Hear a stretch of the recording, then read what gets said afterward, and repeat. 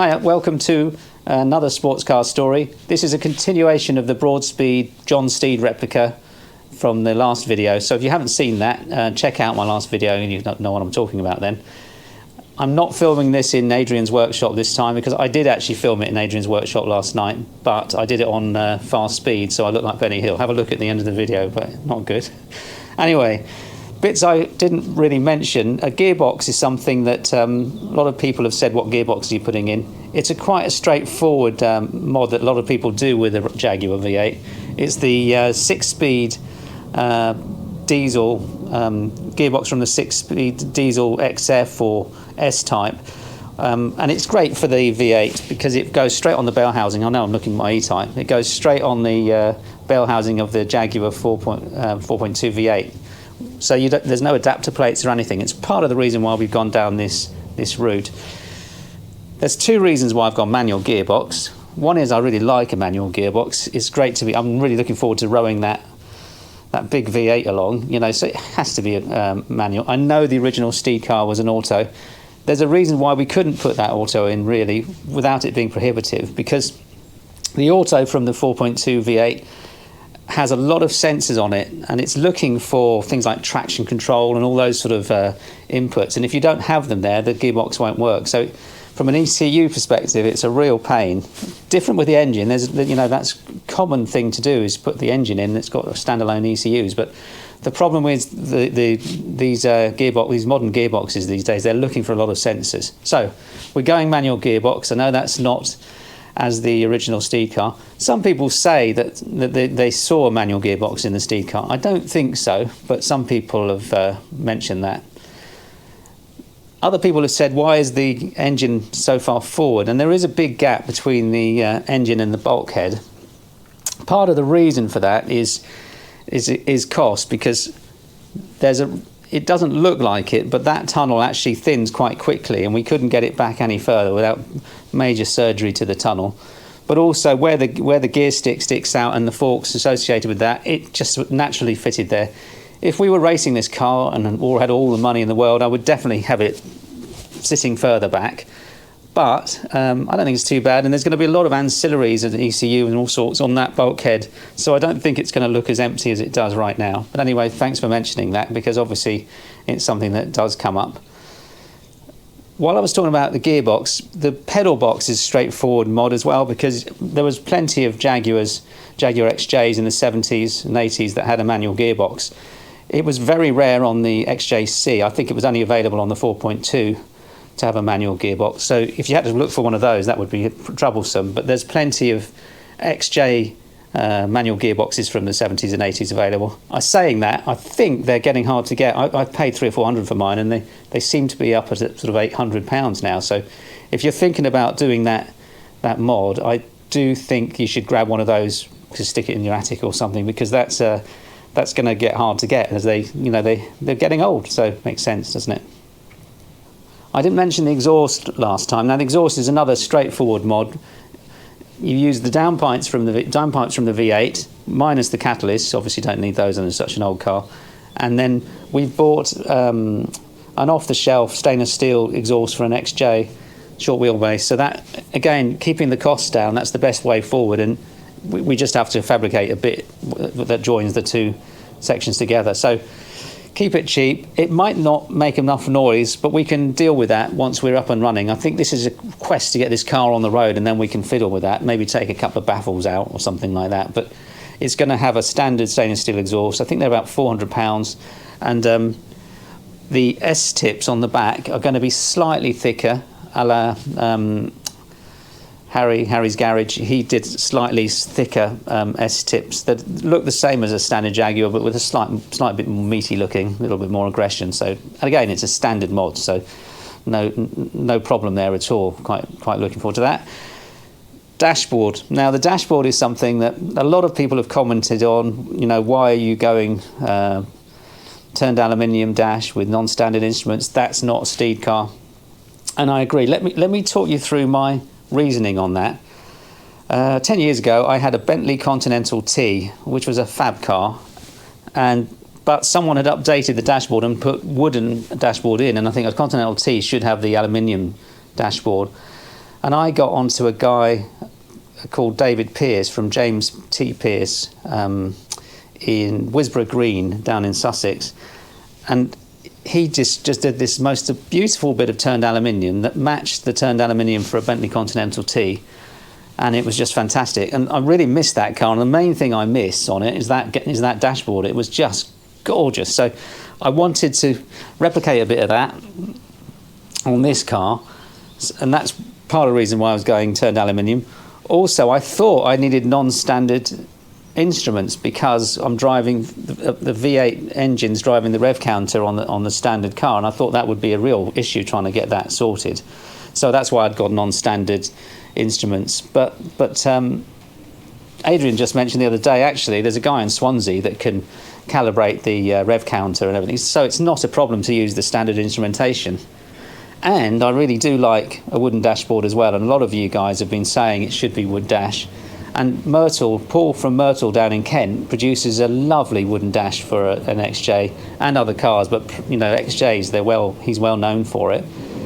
And I had one done maybe 5-6 years ago. I did an XJ6 Series 1 with a ash wood dash from Myrtle, and it was gorgeous. So I do like wooden dashes as well. So my decision on dashboard is, I haven't made a decision. So what I'm going to do is I'm going to do both aluminium and the wood dash. The aluminium with the non-standard instruments, the wood dash with standard instruments. Probably have the, I don't know if anyone knows, but the Daimler 66 Van den Pla had the instruments set in slightly to the dashboard, which gave it an even more luxurious look. So that's what I'm going to do. I'm going to do both. I'm going to do wood dash, aluminium. Maybe we'll have a poll on at some point in the future to decide which way we'd go. But it's quite straightforward for me to do both. I've almost done the aluminium one now, so I'm going to go ahead with both, and I'm chuck that decision down the road. Why not? Bit of extravagance, but I really like both, so I'm not sure what I'm going to do with that. Now, wheels.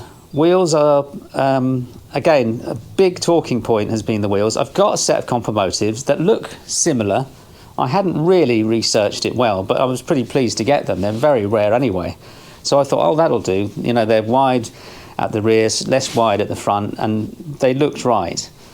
But I've since found out from a video by a YouTube channel, Model Mania. I really love YouTube for this interaction, but he's done a really good Steed car history, which you should have a look at. Model Mania, just put Model Mania Steed car and it should come up.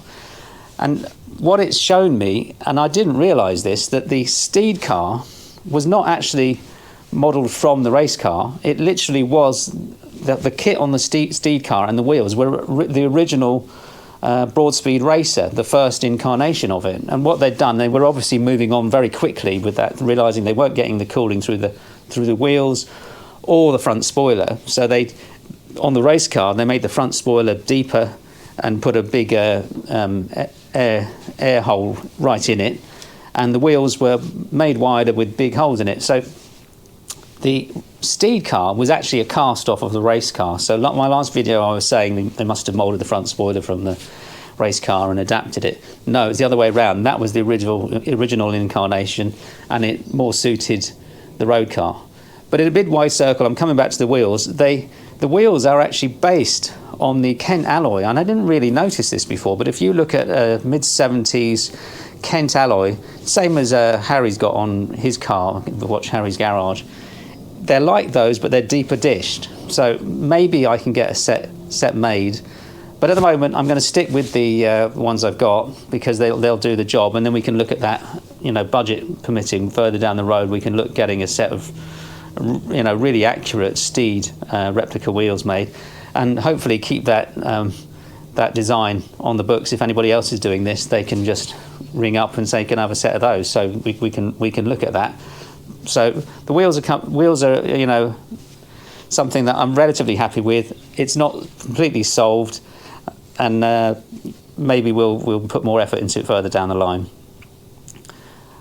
And I just mentioned the front spoiler, and that's the same as I was saying, Fibre Sports, and it's just gone off to Fibre Sports now. And I spoke to Steve at Fibre Sports. He's going to be moulding that front spoiler over the next week or two.